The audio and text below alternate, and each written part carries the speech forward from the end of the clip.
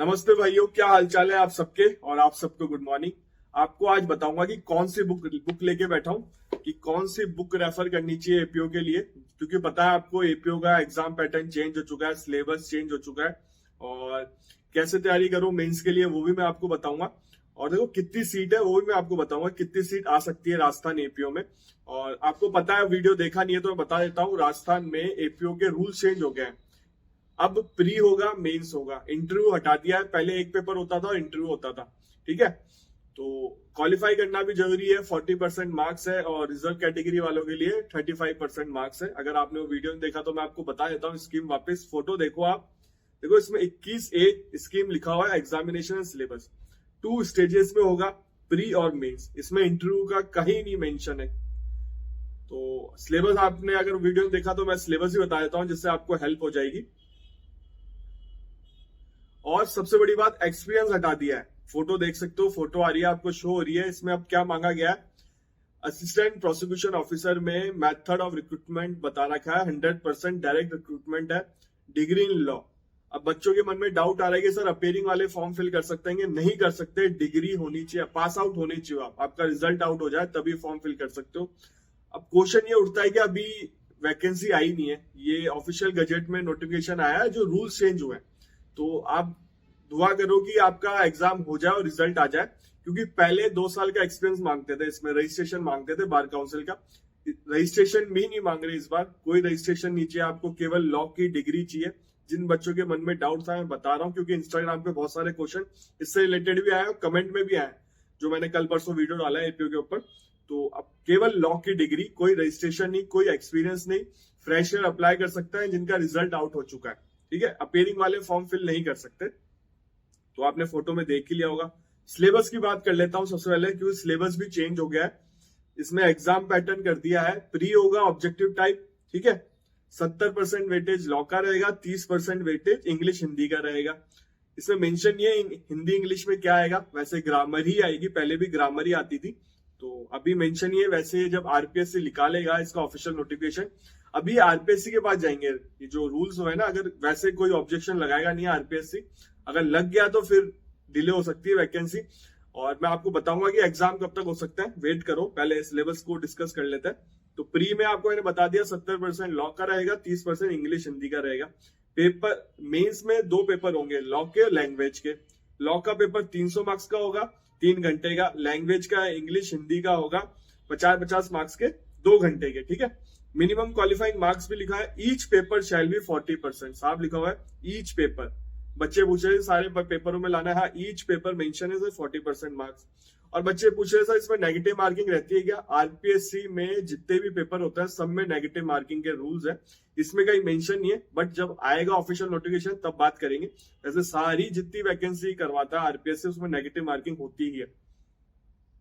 अब देखो मेंस का क्या है, मैंने आपको बताया था ना, 5% एज रिलैक्सेशन है इसमें SC ST वालों के लिए। 40% जो एग्रीगेट है ना, मैंने आपको बताया 40% मार्क्स मिनिमम है, क्वालिफाई एग्रीगेट नहीं है, मिनिमम मार्क्स है।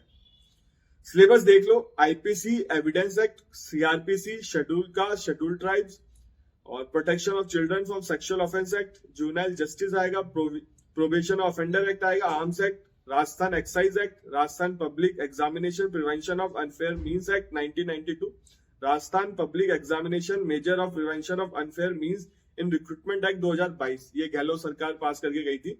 और पेपर सेकंड इंग्लिश हिंदी का होगा। ठीक है, ये तो सिलेबस रहा।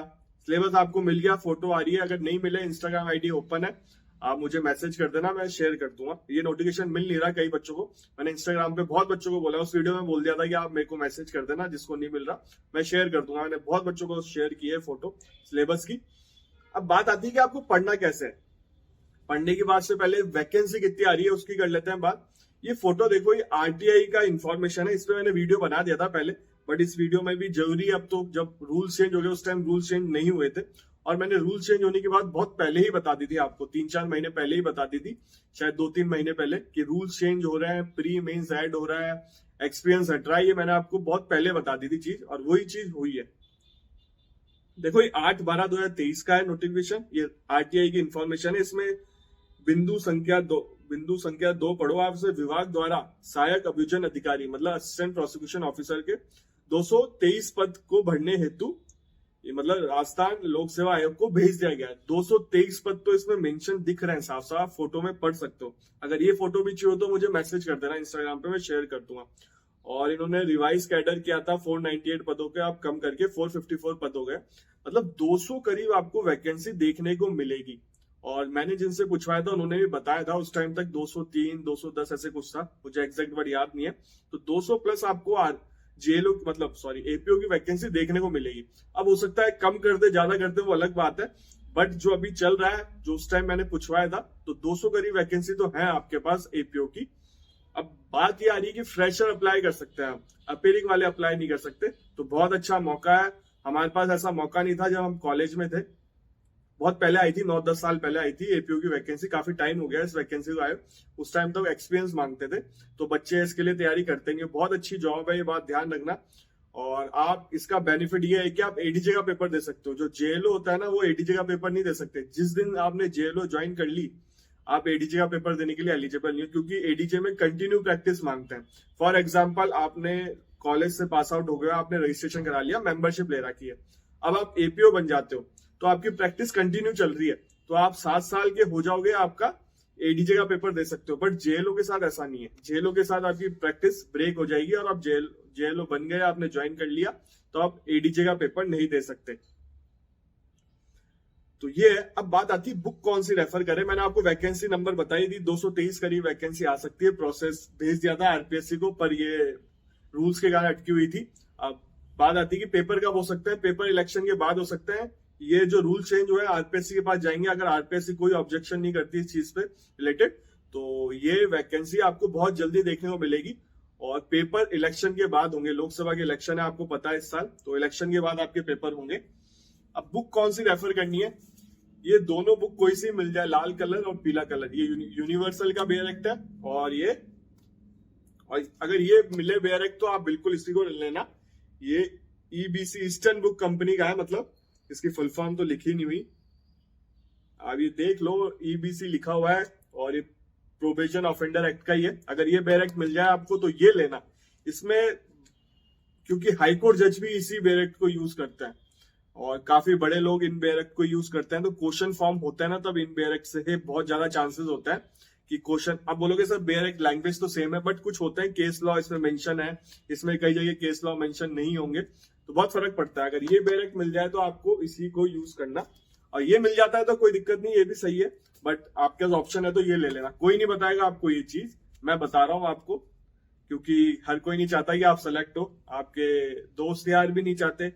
और जब तक आप कोचिंग ज्वाइन नहीं करोगे, कोचिंग में भी क्या है, नोट्स पकड़वा देता है, नोट्स बनाता है। और ये बात ध्यान रखो, खुद के नोट्स बनाओ। प्री के लिए तो आप पढ़ सकते हो, बेयर एक्ट सफिशिएंट है। मेंस के लिए आपको क्वेश्चन फॉर्म खुद ही तैयार करने पड़ेंगे, और उसके लिए मैं ये कह सकता हूँ, या कोचिंग ले सको तो कोचिंग ले लेना, अगर कोचिंग नहीं ले सकते तो खुद के हिसाब से क्वेश्चन बनाना, तैयारी करना अपनी। और एक बात ये मत सोचना कि प्री निकल जाएगा तब हम क्वेश्चन फॉर्म में नोट्स बनाएंगे। पहले से मेंस की तैयारी चालू रखना, प्री के साथ ही मेंस की तैयारी करनी है आपको। बेयर एक्ट सफिशिएंट है, बेयर एक्ट से ही पेपर बनेगा, ये बात ध्यान रखना। मैंने आपको जेएलओ के टाइम पे ही बोला था, बेयर एक्ट सफिशिएंट है, बेयर एक्ट से ही पेपर आया था। राजस्थान में बेयर एक्ट से ही पेपर आता है। अदर स्टेट में हो सकता है कि कोई बुक रेफर करे, या और प्रैक्टिकल क्वेश्चन आ सकते हैं आपके लिए, क्योंकि एपीओ में प्रैक्टिकल चीजें होती हैं, आप कोर्ट में जाओगे। और बात ध्यान रखो, अभी तक एपीओ की ट्रेनिंग नहीं हुआ करती थी। 2 साल का एक्सपीरियंस आना, क्योंकि ट्रेनिंग वेनिंग नहीं हुआ करती थी। अब एक्सपीरियंस हटा दिया, अब ट्रेनिंग होगी नहीं होगी उसका मुझे आइडिया नहीं है। रूल्स क्या वो कहते हैं वो बाद में देखी जाएगी। तो प्रैक्टिकल क्वेश्चन भी आ सकते हैं, इस चीज का ध्यान रखना। और खुद के नोट्स बनाओ, किसी से नोट्स मत खरीदना। कोचिंग वाले नोट्स बेचते हैं तो उनको मत खरीदना, यही रिक्वेस्ट है आपकी। बाकी आपकी मर्जी, जो आपकी इच्छा है वो करो। मेरा काम था आपको बताना। बेयर एक्ट सफिशिएंट है, बार बार बोल रहा हूं मैं। और बेयर एक्ट खरीद लेना, खुद के हिसाब से क्वेश्चन बनाओ। और फिर भी कोई डाउट हो, इंस्टाग्राम आईडी ओपन है, मुझे मैसेज कर देना। मुझे जैसे समय मिलेगा मैं रिप्लाई कर दूंगा। इससे ज्यादा आपके लिए मैं कुछ नहीं कर सकता। और ऑल दी बेस्ट। एपीओ की वैकेंसी आ गई है, काफी टाइम से वेट कर रहे थे लोग, और जो फ्रेशर है बिल्कुल उनके लिए बहुत अच्छी चीज हुई है, एक्सपीरियंस हट गया है। फ्रेशर तो खुश होंगे, जो सीनियर होंगे वो बोलेंगे क्यों हट गया। बट इसमें बात ये आती है कि मेंस गलत कर दिया, मेंस नहीं करना चाहिए था, क्योंकि एपीओ एक तरीके से इतना बड़ा पेपर नहीं है। मेंस कर दिया, अब प्री दो फिर मेंस दो, वो दिक्कत है। आप एक पेपर कर देते, एक्सपीरियंस हटा देते, बट ठीक है, अब जो हुआ है ठीक है, अपन उसको कुछ कर नहीं सकते। और शायद पीआईएल फाइल हो जाए, किसी ने पीआईएल, वकील लोग हैं पीआईएल फाइल भी कर सकते हैं हाई कोर्ट में। अगर कुछ होगा मैं आपको अपडेट दे दूंगा, चैनल से बने रहो। चैनल पे लॉ से रिलेटेड ही वीडियो आता है, लॉ की वैकेंसी हो, सिविल जज की वैकेंसी हो, अपकमिंग वैकेंसी हो, चाहे एपी हो, जेएल हो, कोई भी वैकेंसी हो, इस चैनल पे लॉ से रिलेटेड ही वीडियो आता है। तो चैनल से बने रहो आप लोग।